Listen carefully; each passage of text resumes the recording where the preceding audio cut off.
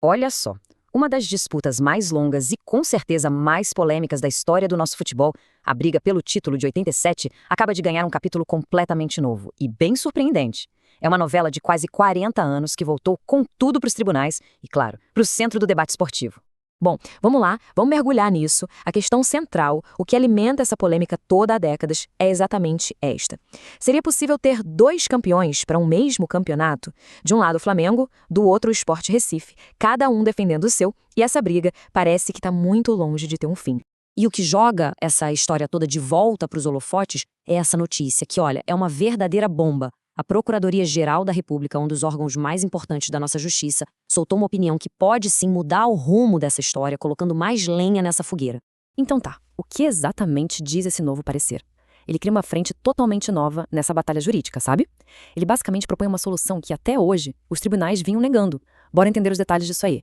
Agora, o ponto crucial tá aqui, nessas palavras. Essa citação vem direto do documento oficial. O que o procurador-geral, Paulo Gonet, está dizendo é que a decisão anterior, aquela que anulou o título dividido, deveria ser revista.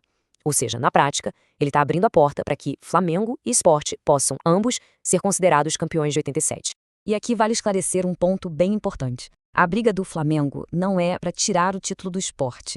O que o clube quer é que aquela resolução da CBF, lá de 2011, que na época declarou os dois times como campeões, volte a valer. Uma decisão que, como a gente vai ver, acabou sendo derrubada na justiça um tempo depois. Claro que do outro lado dessa moeda, a gente tem a reação do Sport Clube do Recife. O clube pernambucano, que se vê como o único e legítimo campeão, não perdeu tempo para se posicionar sobre essa reviravolta toda. A comunicação do esporte foi, assim, muito bem pensada. Eles usaram palavras bem escolhidas, sabe? Serenidade para mostrar confiança na posição deles, mas estranheza para deixar bem claro o questionamento, tipo, por que mexer nisso de novo? Pois é, e esse trecho da nota oficial resume perfeitamente o pensamento do clube. Para o Sport, o assunto está decidido, julgado e encerrado. Tentar reabrir isso agora, depois de tanto tempo, soa como uma tentativa de mudar o resultado no tapetão. O clube se firma em dois grandes pilares. Primeiro, a lógica do esporte, que diz que só pode ter um campeão. E segundo, um princípio do direito, chamado segurança jurídica, que basicamente diz que uma decisão final da justiça não deve ser alterada. É uma defesa baseada tanto na regra do jogo quanto na regra da lei. Para a gente entender de vez por que essa briga é tão, mas tão complexa, a gente precisa voltar lá no começo de tudo.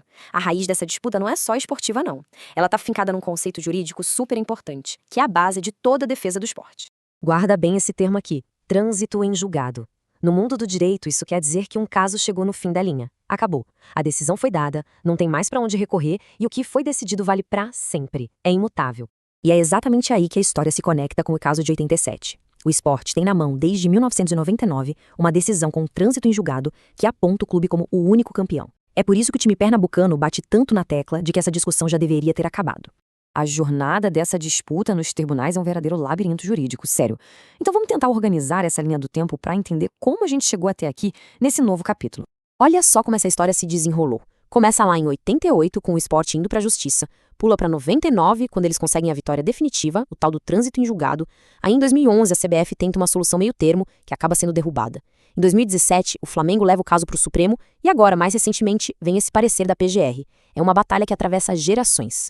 Então, para resumir bem a coisa toda, de um lado o Flamengo questiona uma decisão mais recente do STF e quer validar um ato administrativo da CBF. Do outro, o Sport se apega com unhas e dentes àquela decisão judicial mais antiga e definitiva, o trânsito em julgado. São, no fim das contas, duas visões de mundo jurídicas batendo de frente. Com esse parecer da PGR na mesa, a grande pergunta que todo mundo faz é: e agora? O que acontece? Bom, é importante deixar claro, essa opinião da PGR não é a decisão final, tá? Ela é, na verdade, uma recomendação técnica, um passo importante dentro de um processo que ainda tem chão pela frente. Então, o caminho agora é esse, ó. O parecer vai direto para a mesa do ministro Edson Fachin, que é o relator do caso lá no Supremo. Ele não é obrigado a concordar com a PGR. A bola tá com ele e depois, talvez, com todos os ministros do STF, para dar a palavra final sobre se essa longa história será de fato reescrita.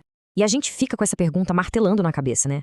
Uma disputa que parecia ter sido lacrada pela mais alta corte do país, volta com um fôlego totalmente novo. Será que a justiça pode mesmo alterar um resultado esportivo que está consolidado há décadas? É uma pergunta que vai muito além do futebol. Mexe com o próprio conceito do que é uma decisão final. A resposta para essa pergunta, bom, essa agora está nas mãos do Supremo.